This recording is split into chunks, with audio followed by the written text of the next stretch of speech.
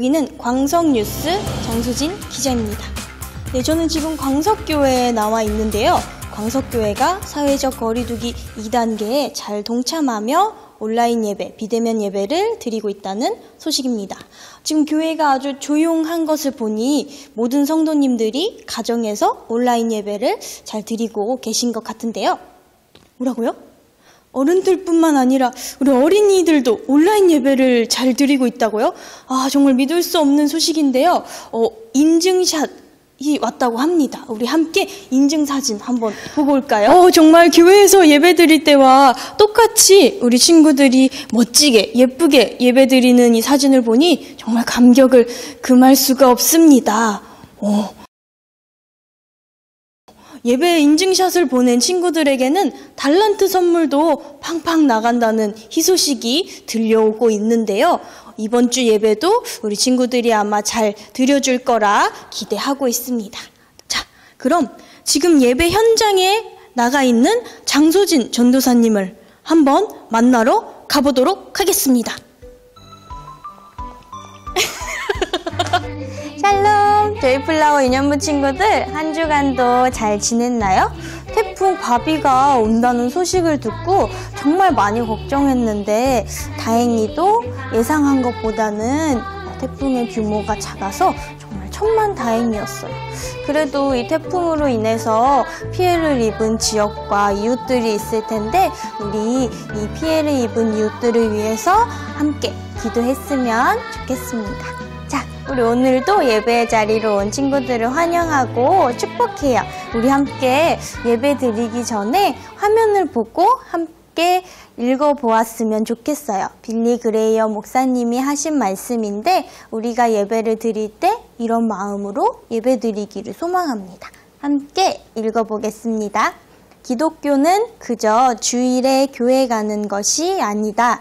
매일 24시간을 예수 그리스도와 함께 사는 것이다. 우리 친구들이 이 자리에 그리고 교회에 모여 있을 때만 하나님께 예배를 드리는 게 아니에요. 우리는 매일매일 매 순간순간 예수님과 함께함으로 우리가 그리스도인이라는 것을 증명하며 살아갈 수 있답니다. 우리 오늘의 예배 가운데서도 예수님을 기억하고 예수님과 함께하는 우리 유년부 친구들 되기를 소망하고 축복해요. 자, 우리 오늘 하나님께서 주신 말씀 함께 읽어보도록 하겠습니다. 사도행전 20장 22절에서 24절 말씀입니다. 함께 읽습니다. 보라, 이제 나는 성령에 매여 예루살렘으로 가는데 거기서 무슨 일을 당할는지 알지 못하노라.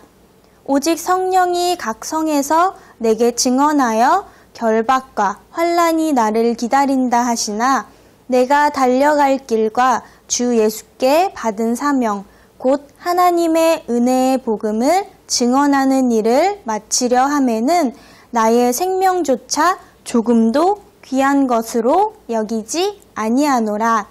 아멘. 자, 우리 오늘도 하나님이 우리에게 부어주실 크신 은혜를 기대하며 말씀 제목 함께 읽어보도록 하겠습니다. 전해줄게 가장 귀한 것. 자, 우리 친구들 혹시 마라톤이라는 운동 알고 있나요? 맞아요. 마라톤은 42.195km를 달려서 결승선을 골인하는 스포츠예요. 그런데 이 마라톤이 어떻게 시작되었는지, 어떤 유래가 있는지도 혹시 알고 있나요? 전도사님이 마라톤의 유래에 대해서 말해 줄게요.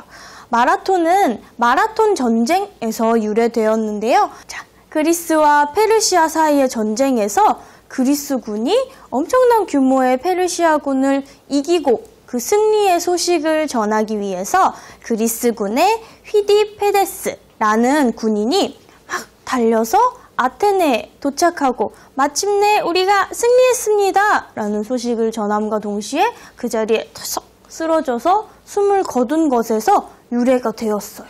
이 군인이 달려간 거리가 약 40km 정도 되었다고 해요. 그래서 이 마라톤 전쟁을 유래로 해서 마라톤이라는 경기가 시작됐습니다. 되었다고 합니다. 뭐 역사적인 사실인지 아니면 꾸며낸 이야기인지는 확실히 알 수 없지만 마라톤의 유래에 대해서 이렇게 말하고 있네요.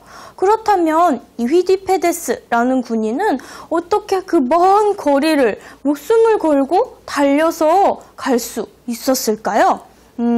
아마 전도사님이 생각할 때는 이 사람이 그렇게 목숨을 걸고 달려서라도 꼭 전해야 하는 아주 중요한 승리의 소식을 본인이 알고 있었기 때문인 것 같아요.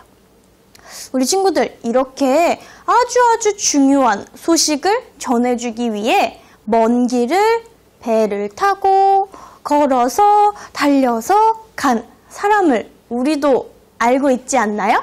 힌트를 주자면 전도 여행을 떠났던 사람, 그리고 많은 교회를 세웠던 사람이에요.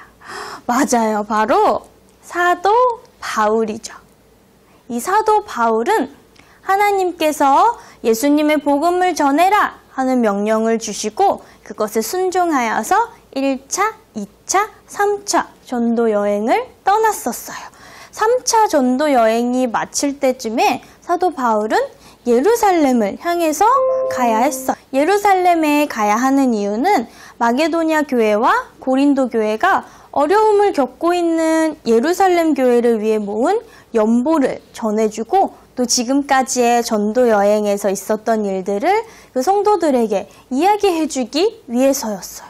그런데 사실 예루살렘에는 이 사도 바울의 복음을 듣기 싫어하고 사도 바울을 미워하고 잡아서 감옥에 가두고 싶어하는 유대인들 또 종교 지도자들이 많이 있었어요. 예루살렘 교회로 가면 이 사람들을 만나 큰 어려움을 겪을 수밖에 없는 상황이었죠. 그래서 사도 바울을 사랑하는 많은 사람들은 이렇게 말했어요. 그곳에 가면 선생님이 죽을지도 몰라요. 감옥에 가야 할지도 몰라요. 그런데 사도 바울은 이렇게 말하는 사람들에게 이렇게 대답했어요. 그러나 그것이 나의 사명입니다. 나는 하나님의 복음을 증언하는 일에는 나의 생명도 전혀 아깝지 않습니다. 이렇게 담대하게 대답하고 사도 바울은 예루살렘 교회를 향해 갔어요. 사도 바울은 예루살렘에 가서 하나님이 기뻐하시는 하나님의 복음을 전하고 또 그 교회의 성도님들을 돕고 이웃사랑을 실천하는 일을 열심히 최선을 다해서 해냈어요. 그러나 결국 사도 바울을 잡기 위해 노리고 있던 사람들에 의해서 잡혀서 매를 맞고 감옥에 가는 어려움을 겪고 말았답니다. 사도 바울은 본인이 예루살렘에 가면 이런 어려움을 겪게 될 것을 사실 잘 알고 있었어요. 그런데 어떻게 사도 바울은 본인이 감옥에 갈 것을 알고도 예루살렘으로 달려갈 수 있었던 걸까요?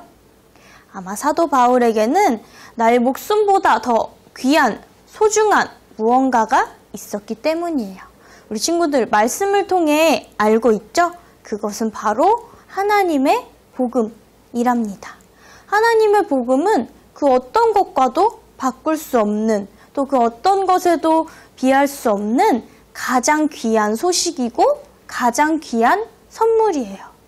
우리가 진짜 멋진 것, 진짜 놀라운 사실을 알아내면 주변 사람들에게 마구 알려주고 싶죠? 예를 들어서 정말 맛있는 음식을 먹었을 때 이 음식을 나의 사랑하는 가족들이나 친구들과 함께 먹고 싶다 하는 마음이 들거나 진짜 재미있는 게임을 발견했을 때 와 이거 당장 내 친구랑 같이 하고 싶다 하는 그런 마음이 드는 것처럼 말이에요. 그런데 친구들, 하나님의 복음, 예수님의 복음은 이렇게 맛있는 음식, 재미있는 게임보다 훨씬 중요하고 훨씬 큰 의미를 가지고 있어요. 왜냐하면 맛있는 음식과 재미있는 게임이 주는 기쁨은 정말 짧고 순간일 뿐이지만 우리 하나님의 복음은 예수님께서 우리에게 영원한 기쁨, 영원한 생명을 선물로 주셨습니다 하는 가장 귀한 소식이기 때문이에요. 사도 바울은 복음이 이렇게 가치 있는 것이라는 걸 잘 알고 있었어요. 그래서 나의 생명도 아깝지 않습니다. 나는 이웃들을 위해 또 하나님의 복음을 전하기 위해 달려가겠습니다 라고 고백할 수 있었어요. 우리는 예수님의 복음을 선물로 받은 사람들이에요. 가장 먼저는 우리를 위해 이 땅에 직접 내려오시고 또 십자가를 지심으로 구원을 선물로 주신 바로 우리 예수님을 통해 우리는 복음을 선물로 받았어요. 그리고 우리가 예수님을 아직 알지 못할 때 우리에게 예수님을 처음으로 알려준 어떤 사람을 통해서 우리는 또 복음을 선물로 받았어요. 그리고 우리가 매일매일 읽을 수 있도록 우리에게 선물로 주신 성경책을 통해 우리는 매일매일 매순간 또 복음을 선물로 받고 있어요. 우리가 이렇게 복음을 선물로 받았다면 우리도 다른 사람들에게 이 무엇보다도 귀하고 소중한 선물을 전해줄 수 있어야 해요. 예수님을 아직 알지 못하는 친구들, 이웃들이 우리 주변에는 정말 많이 있답니다. 그치만 예수님이 필요하지 않은 사람은 이 세상에 단 한 명도 없어요. 예수님이 없이 살 수 있는 사람은 아무도 없기 때문이에요. 그렇다면 우리는 그들에게 예수님을 전해 주어야겠죠? 우리가 복음을 선물로 받은 것처럼 우리의 사랑하는 친구들, 가족들, 이웃들에게도 우리는 복음을 선물로 전해줄 수 있어야 해요. 사도 바울이 복음을 전할 때 어려운 순간들이 정말 많이 있었어요. 목숨을 위협받기도 하고 아주 안 좋은 말을 듣기도 하고 외롭고 슬프고 고통스러운 순간들이 분명 많이 있었을 거예요. 하지만 사도 바울은 성령님이 늘 함께 하심으로 힘을 얻어 담대히 복음을 전할 수 있었어요. 우리도 복음을 전하다 보면 어려운 순간, 슬픈 순간, 외로운 순간들이 분명 있을 거예요. 하지만 사도 바울에게 성령님이 함께 해주셨던 것처럼 하나님이 우리 친구들과 언제나 함께 해주실 거예요. 우리 복음이 가장 귀한 소식이라는 것을 우리의 입술로 믿음으로 함께 고백해 봤으면 좋겠습니다. 우리 이사야 52장 7절 말씀 새번역 성경으로 함께 고백해 볼게요. 놀랍고도 반가워라 희소식을 전하려고 산을 넘어 달려오는 저 발이여 평화가 왔다고 외치며 복된 희소식을 전하는구나. 구원이 이르렀다고 선포하면서 시온을 보고 이르기를 너희 하나님께서 통치하신다 하는구나. 아멘. 우리 이 귀한 소식을 우리에게 선물로 주신 하나님께 감사하며 함께 두 손 모아서 기도하겠습니다. 두 손 모으고 두 눈 꼭 감고 함께 기도할게요. 하나님, 우리 사랑하는 유년부 친구들, 선생님들, 학부모님들이 각자의 자리에 모여서 하나님께 예배드립니다. 우리가 이 시간 가장 기쁜 구원의 소식을 듣게 하시며 가장 귀한 복음을 전하며 살아가기로 다짐하게 하시니 참 감사합니다. 하나님, 우리는 연약하고 또 부족합니다. 그렇지만 사도 바울이 오직 주님을 사랑함으로 그리고 이웃을 사랑함으로 그 생명조차 조금도 아깝게 여기지 않고 복음을 전했던 것처럼 우리도 우리의 삶에서 하나님 사랑과 이웃 사랑을 실천하며 살아갈 수 있도록 우리와 함께 해주세요. 모든 영광을 주님께 올려드리며 오늘도 우리의 예배를 받으실 예수님의 이름으로 기도드립니다. 아멘. 사랑하는 우리 조이플라워 유년부 친구들, 한 주간도 하나님 사랑, 이웃 사랑을 실천하며 또 가장 귀한 복음을 항상 기억하고 전하며 살아가는 특별한 한 주가 되기를 소망해요. 그럼 우리 다음 주 예배 시간에 또 만나요. 안녕!